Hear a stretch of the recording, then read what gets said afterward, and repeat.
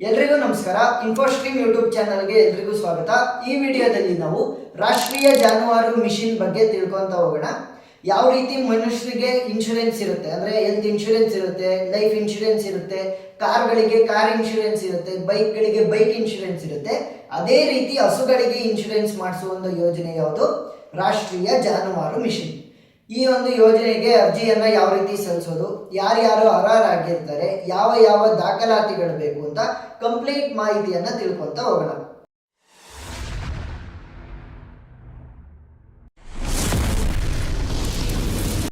ರಾಷ್ಟ್ರೀಯ ಜಾನುವಾರು ಮಿಷನ್ ಈ ಒಂದು ಯೋಜನೆಯಡಿ ಹಸುಗಳಿಗೆ ಇಲ್ಲ ಅಂತಂದ್ರೆ ಎಮ್ಮೆಗಳಿಗೆ ವಿಮೆ ರಕ್ಷಣೆಯನ್ನ ಕೊಡ್ತಾರೆ.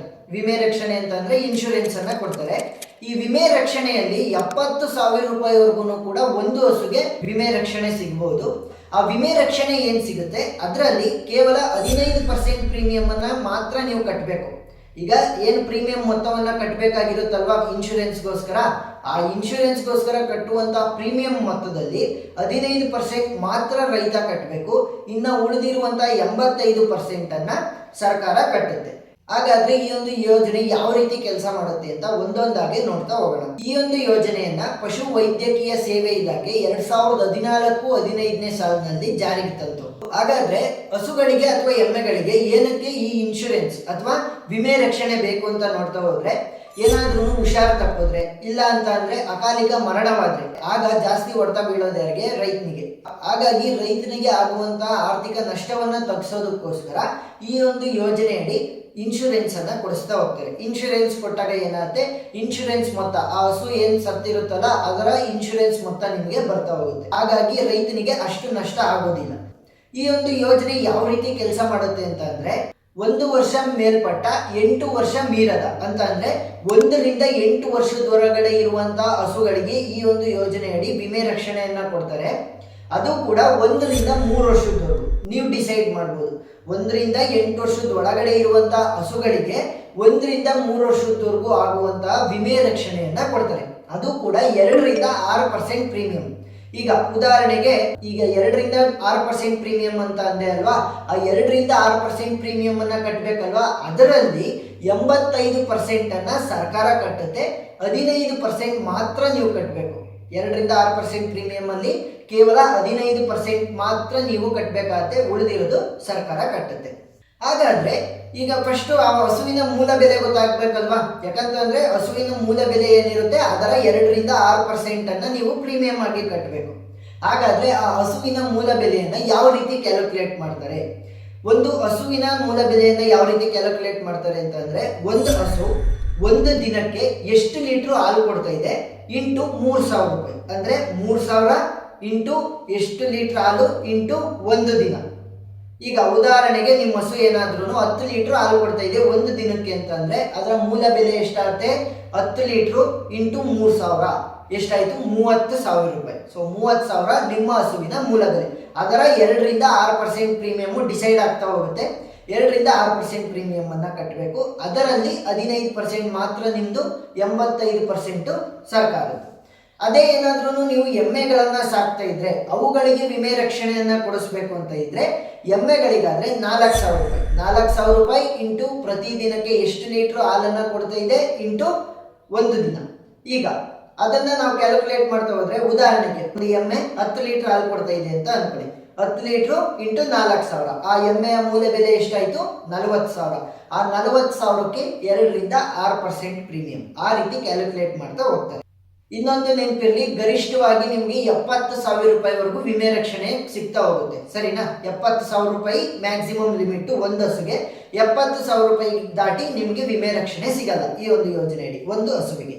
ಈ ಒಂದು ಯೋಜನೆಯ ಉದ್ದೇಶಗಳನ್ನ ನೋಡ್ತಾ ಹೋದ್ರೆ, ಉದ್ಯಮಶೀಲತೆ ಅಭಿವೃದ್ಧಿ, ತಳಿ ಸುಧಾರಣೆ, ಉದ್ಯೋಗ ಸೃಷ್ಟಿ, ಸಂಶೋಧನೆ ಮತ್ತು ನಾವೀನ್ಯತೆ, ಸಾಲ ಯೋಜನೆಗಳು. ಸಾಲ ಯೋಜನೆ ಅಂತ ಅಂದ್ರೆ ಇದನ್ನ ಸಬ್ಸಿಡಿ ಮುಖಾಂತರನೂ ಕೊಡ್ತಾರೆ. ಮತ್ತೆ ಏನಾದ್ರೂ ಕೂಡ ಹಸುಗಳನ್ನ ಖರೀದಿ ಮಾಡಬೇಕು ಅಂತ ಇದ್ರೆ ಇನ್ನೊಂದು ಬೇರೆ ಯೋಜನೆಗಳಿರ್ತಾವಲ್ಲ ಅವುಗಳಿಗೂ ಕೂಡ ನಿಮ್ಗೆ ಸಹಾಯಕರವಾಗಿರುತ್ತೆ. ಯಾಕಂತಂದ್ರೆ ವಿಮೆ ರಕ್ಷಣೆ ಇದೆ ಅಂತಂದ್ರೆ ನಿಮ್ಗೆ ಹಸುಗಳನ್ನ ಖರೀದಿ ಮಾಡೋದಕ್ಕೋಸ್ಕರ, ಶೆಡ್ ಅನ್ನ ನಿರ್ಮಾಣ ಮಾಡೋದಕ್ಕೋಸ್ಕರ ಈಸಿಯಾಗಿ ನಿಮಗೆ ಬೇರೆ ಯೋಜನೆಗಳನ್ನ ಅಲಾಟ್ ಮಾಡಬಹುದು. ಅದಕ್ಕೋಸ್ಕರ ಹಾಗಾದ್ರೆ ಎಷ್ಟು ಹಸುಗಳವರೆಗೂ ನಾವು ಈ ಒಂದು ಯೋಜನೆ ಅಡಿ ವಿಮೆ ರಕ್ಷಣೆಯನ್ನ ಪಡ್ಕೋಬಹುದು ಅಂತಂದ್ರೆ ಮ್ಯಾಕ್ಸಿಮಮ್ 10 ಹಸುವರೆಗೂ ಕೂಡ ನೀವು ಈ ಒಂದು ಯೋಜನೆ ಅಡಿ ವಿಮೆ ರಕ್ಷಣೆಯನ್ನ ಪಡ್ಕೋಬಹುದು. ಈ ಒಂದು ಯೋಜನೆಗೆ ಅರ್ಜಿಯನ್ನ ಸಲ್ಲಿಸೋದಕ್ಕೆ ಬೇಕಾಗಿರುವಂತಹ ಅರ್ಹತಾ ಮಾನದಂಡಗಳು ಅಂದ್ರೆ ಯಾರ್ಯಾರು ಅರ್ಜಿಯನ್ನ ಸಲ್ಲಿಸಬಹುದು ಅಂತಂದ್ರೆ ರೈತರಾಗಿದ್ರು ಓಕೆ, ಸರ್ಕಾರಿ ಕೆಲಸ ಇದ್ರೂ ಓಕೆ, ಏನು ಪಶುಪಾಲಕರಾಗಿರ್ಬೇಕು ಅಂದ್ರೆ ನಿಮ್ಮ ಹತ್ರ ಹಸುಗಳಿರ್ಬೇಕು. ಹಸುಗಳಿದ್ರೆ ನೀವು ಈ ಒಂದು ಯೋಜನೆಗೆ ಅರ್ಜಿಯನ್ನ ಸಲ್ಲಿಸಬಹುದು. ಅರ್ಜಿಯನ್ನ ಸಲ್ಲಿಸಿ ವಿಮೆ ರಕ್ಷಣೆಯನ್ನ ಪಡ್ಕೋಬಹುದು. ಫಲಾನುಭವಿಗಳು ಜಾನುವಾರುಗಳನ್ನ ಹೊಂದಿರಬೇಕು, ಜಾನುವಾರುಗಳು ಆರೋಗ್ಯಕರವಾಗಿರಬೇಕು, ಮತ್ತೆ ಅರ್ಜಿದಾರರದ್ದಾಗಿರಬೇಕು ಅಂದ್ರೆ ನಿಮ್ಮ ಹಸುಗಳಾಗಿರ್ಬೇಕು, ಅವುಗಳು ಆರೋಗ್ಯಕರವಾಗಿರ್ಬೇಕು. ಆರೋಗ್ಯಕರವಾಗಿ ಇದಾವ ಇಲ್ವಾ ಅಂತ ಯಾವ ರೀತಿ ಚೆಕ್ ಮಾಡ್ತಾರೆ? ಸರ್ಕಾರಿ ಡಾಕ್ಟರ್ಗಳು ಬಂದ್ಬಿಟ್ಟು ಅಂದ್ರೆ ಸರ್ಕಾರಿ ಪಶು ವೈದ್ಯಕೀಯ ಡಾಕ್ಟರ್ಗಳು ಬಂದು ನಿಮ್ಮ ಹಸುವಿನ ತಪಾಸಣೆಯನ್ನ ಮಾಡಿ ಕಿವಿಗಳಿಗೆ ಟ್ಯಾಗ್ ಹಾಕಿರ್ತಾರಲ್ವಾ ಯೆಲ್ಲೋ ಕಲರ್ದು, ಆ ಟ್ಯಾಗ್ಗಳಿದ್ರೆ ಆ ಟ್ಯಾಗ್ ಬೇಸಿಕ್ ಮೇಲೆ ಈ ಒಂದು ಹಸು ಆರೋಗ್ಯಕರವಾಗಿದೆ ಅಂತ ಅವರು ದೃಢೀಕರಣ ಮಾಡ್ಕೊಂತಾರೆ. ಇನ್ನ ಕೊನೆಯದಾಗಿ ಅರ್ಜಿಯನ್ನ ಎಲ್ಲಿ ಸಲ್ಲಿಸಬೇಕು ಅಂತ ನೋಡ್ತಾ ಹೋದ್ರೆ ಅರ್ಹರಾದ ಪಶುಪಾಲಕರು ತಮ್ಮ ಹತ್ತಿರದ ಸರ್ಕಾರಿ ಪಶು ವೈದ್ಯ ಆಸ್ಪತ್ರೆ, ಪ್ರಾಥಮಿಕ ಪಶು ವೈದ್ಯ ಕೇಂದ್ರ ಅಥವಾ ತಾಲೂಕು ಪ್ರಾಣಿ ಸಂಗೋಪನಾ ಕಚೇರಿಯಲ್ಲಿ ಅರ್ಜಿಯನ್ನ ಸಲ್ಲಿಸಬಹುದು. ನೀವು ಅರ್ಜಿಯನ್ನ ಈ ಒಂದು ಕಚೇರಿಗಳಲ್ಲಿ ಅರ್ಜಿಯನ್ನ ನೀವು ಸಲ್ಲಿಸಬಹುದು. ಆನ್ಲೈನ್ ನಲ್ಲಿ ಏನಾದ್ರೂ ಅರ್ಜಿಯನ್ನ ಸಲ್ಲಿಸ್ತೀನಿ ಅಂತಂದ್ರೆ nlm.udyamamitra.in ಈ ಒಂದು ವೆಬ್ಸೈಟ್ಗೆ ಹೋಗಿ ಅರ್ಜಿಯನ್ನ ನೀವು ಬೇಕಾದಂತಹ ದಾಖಲೆಗಳನ್ನ ಕೊಟ್ಟು ನೀವು ಅರ್ಜಿಯನ್ನ ಸಲ್ಲಿಸಬಹುದು. ಹಾಗಾದ್ರೆ ಬೇಕಾಗಿರುವಂತಹ ದಾಖಲೆಗಳು ಯಾವ್ಯಾವು ಅಂತ ನೋಡ್ತಾ ಹೋದ್ರೆ ಮೊದಲಿಗೆ ಬೇಕಾಗಿರುವಂತದ್ದು ಸರ್ಕಾರದ ಅಂಗೀಕೃತ ಪಶು ವೈದ್ಯಾಧಿಕಾರಿಗಳಿಂದ ಜಾನುವಾರು ಆರೋಗ್ಯ ದೃಢೀಕರಣ ಪತ್ರ.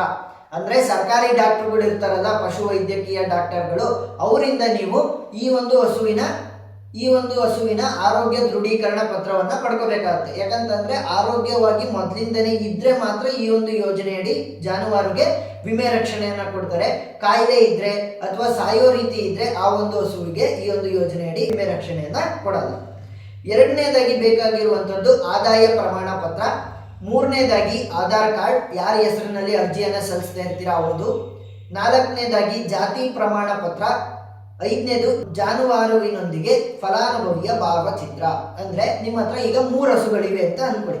ಅವಾಗ ನೀವೇನ್ ಮಾಡ್ಬೇಕು, ಆ 3 ಹಸುವಿನ ಜೊತೆಗೂ ಕೂಡ ಸಪರೇಟ್ ಫೋಟೋನ ತೆಗೆಸ್ಕೋಬೇಕು. ಯಾರ ಹೆಸರಲ್ಲಿ ಅರ್ಜಿ ಸಲ್ಲಿಸ್ತಾ ಇರ್ತೀರಾ ಅವರು ಮತ್ತೆ ನಿಮ್ಮ 3 ಹಸುಗಳು ಕೂಡ ಸಪರೇಟ್ ಆಗಿ, ಒಂದು ಹಸು ಜೊತೆ ಒಂದ್ಸಲಿ, ಎರಡನೇ ಹಸು ಜೊತೆ ಇನ್ನೊಂದ್ಸಲಿ, ಮೂರನೇ ಹಸು ಜೊತೆ ಇನ್ನೊಂದ್ಸಲಿ, 3 ಹಸುಗಳ ಜೊತೆಗೂ ಕೂಡ ಸಪರೇಟ್ ಆಗಿ ಫೋಟೋನ ತೆಗೆಸ್ಕೋಬೇಕು. ನಾನು ಹೇಳಿರುವಂತ ಎಲ್ಲಾ ದಾಖಲೆಗಳನ್ನ ನೀವು ತಕ್ಕೊಂಡು ನಿಮ್ಮ ಹತ್ತಿರದ ಸರ್ಕಾರಿ ಪಶು ವೈದ್ಯಕೀಯ ಆಸ್ಪತ್ರೆಗೆ ಹೋಗಿ ನೀವು ಅರ್ಜಿಯನ್ನ ಆರಾಮಾಗಿ ಸಲ್ಲಿಸಬಹುದು. ಅರ್ಜಿಯನ್ನ ಸಲ್ಲಿಸಿದಾದ್ಮೇಲೆ ಅಧಿಕಾರಿಗಳು ಬಂದು ನೋಡ್ತಾರೆ. ನಿಮ್ಮ ಹಸುವಿನ ಆರೋಗ್ಯಕರ ತಪಾಸಣೆಯನ್ನು ಕೂಡ ಮತ್ತೊಂದ್ಸಲಿ ಮಾಡಿ ಆರೋಗ್ಯ ಸರಿ ಇದೆ ಅಂತ ದೃಢೀಕರಿಸಿದ ಮೇಲೆ ನಿಮ್ಗೆ ಈ ಒಂದು ಯೋಜನೆಯಡಿ ನಿಮ್ಮ ಹಸುವಿಗೆ ವಿಮೆ ರಕ್ಷಣೆಯನ್ನ ಕೊಡ್ತಾ ಹೋಗ್ತಾರೆ. ಅವಾಗ ಅವರು ತಿಳಿಸ್ತಾರೆ 2-6% ಪ್ರೀಮಿಯಂ ಅಂತ ಹೇಳಿದ್ದೆ ಅಲ್ವಾ, ನೀವು ಎಷ್ಟು ಪರ್ಸೆಂಟ್ ಪ್ರೀಮಿಯಂ ಅನ್ನ ಕಟ್ಟಬೇಕು ಅಂತ ಅವ್ರು ಹೇಳ್ತಾರೆ. ಆ ಪ್ರೀಮಿಯಂನ 15% ಮೊತ್ತವನ್ನ ಮಾತ್ರ ನೀವು ಕಟ್ಟಬೇಕಾಗ್ತದೆ. ಉಳಿದಿರುವಂತಹ ಮೊತ್ತವನ್ನ ಸರ್ಕಾರ ಕಟ್ಟುತ್ತೆ. ನೀವು ಬೇಕಾದ್ರೆ ಒಂದೇ ಸಲಿ 2-3 ವರ್ಷಕ್ಕೆ ನೀವು ಏನು ವಿಮೆ ರಕ್ಷಣೆಯನ್ನ ಪಡ್ಕೊಂಡಿರ್ತೀರಲ್ಲ ಆ ಅಷ್ಟು ವರ್ಷಗಳ ಅಂದ್ರೆ 1-3 ವರ್ಷದವರೆಗೂ ಕಟ್ಟಬೇಕಾಗಿರುವಂತಹ ಪ್ರೀಮಿಯಂ ಅನ್ನ ನೀವು ಒಂದೇ ಸಲಿ ನೀವು ಕಟ್ಟಬಹುದು.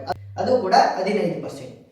ಈ ವಿಡಿಯೋದಲ್ಲಿ ನಾವು ಯಾವ ರೀತಿ ರೈತರು ರಾಷ್ಟ್ರೀಯ ಜಾನುವಾರು ಮಿಷನ್ ಮುಖಾಂತರ ತಮ್ಮ ಹಸುಗಳಿಗೆ ಇಲ್ಲ ಅಂತಂದ್ರೆ ಎಮ್ಮೆಗಳಿಗೆ ವಿಮೆ ರಕ್ಷಣೆಯನ್ನ ಪಡ್ಕೋಬಹುದು ಅಂತ ತಿಳ್ಕೊಂತ ಹೋದ್ವಿ. ಇದೇ ರೀತಿ ಇನ್ಫಾರ್ಮೇಟಿವ್ ವಿಡಿಯೋಗಳು ಬೇಕಾಗಿದ್ರೆ ನಮ್ಮ ಯೂಟ್ಯೂಬ್ ಚಾನೆಲ್ ಅನ್ನ ಸಬ್ಸ್ಕ್ರೈಬ್ ಮಾಡ್ಕೊಳ್ಳೋದನ್ನ ಮರಿಬೇಡಿ. ಮತ್ತೊಂದು ಇನ್ಫಾರ್ಮೇಟಿವ್ ವಿಡಿಯೋ ಜೊತೆ ನಿಮ್ಮ ಮುಂದೆ ಬರ್ತೀನಿ. ಅಲ್ಲಿವರೆಗೂ ನಮಸ್ಕಾರ.